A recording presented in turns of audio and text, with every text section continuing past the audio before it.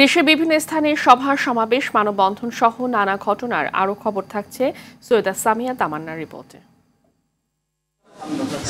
সংস্কারের নামে নির্বাচনকে প্রলম্বিত করার চেষ্টা করা হচ্ছে বলে মন্তব্য করেছেন বিএনপির vice chairman advocate Ahmed Azam Khan. বরিশালে জেলা বিএনপি আয়োজিত প্রতিনিধি সভায় এই কথা বলেন তিনি।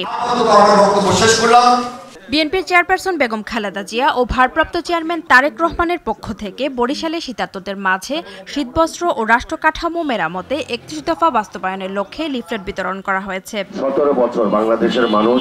রাঙ্গামাটি জেলা পরিষদ চেয়ারম্যান কৃষিবিদ কাজল তালুকদার বলেছেন, সমাজের অবহেলিত মানুষকে সেবা প্রদান করতে পারাই একজন সমাজসেবীর কাজ। রাঙ্গামাটিতে জাতীয় সমাজসেবা দিবস উপলক্ষে কল্যাণ রাষ্ট্র গঠন বিষয়ক মুক্ত আড্ডায় এ কথা বলেন তিনি। আপনাদেরকে সাহায্য করছি।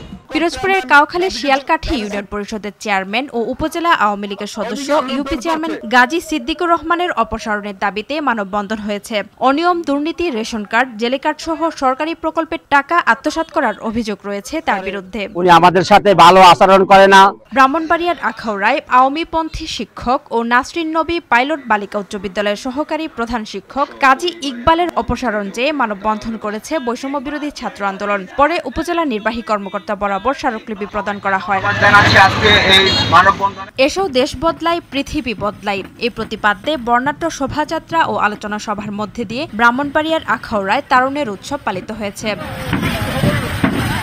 জনভোগান্তি, হয়রানি ও প্রতারণার প্রিপেড মিটার স্থাপন বন্ধ, বিদ্যুৎ বিল থেকে ডিমান্ড চার্জ বাতিল সহ ৩ দফা দাবিতে বিদ্যুৎ উপদেষ্টা বরাবর স্মারকলিপি প্রদান করেছে বরিশাল বিদ্যুৎ গ্রাহক ঐক্য পরিষদ। তারুণ্যের উৎসব ২০২৫ উপলক্ষে সিরাজগঞ্জে ৩ দিনব্যাপী লোকনাট্য উৎসব শুরু হয়েছে। কুয়াকাটা সমুদ্র সৈকত পরিষ্কার করেছে রাজনৈতিক সংগঠন গণ অধিকার পরিষদ। সৈকতের 0 পয়েন্ট থেকে পর্যটন পার্ক সংলগ্ন এলাকায় পরিষ্কার পরিচ্ছন্নতা অভিযান চালিয়েছে দলটির নেতাকর্মীরা। নারায়ণগঞ্জের রূপগঞ্জে মুজিবুর রহমান স্মৃতি নাইট ফুটবল টুর্নামেন্টের ফাইনাল খেলা উপলক্ষে পুরস্কার বিতরণী ও আলোচনা সভা অনুষ্ঠিত হয়েছে।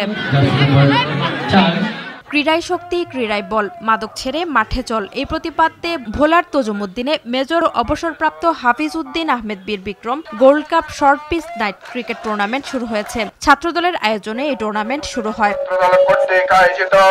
সৈয়দা সামিয়া তামান্না, RTV।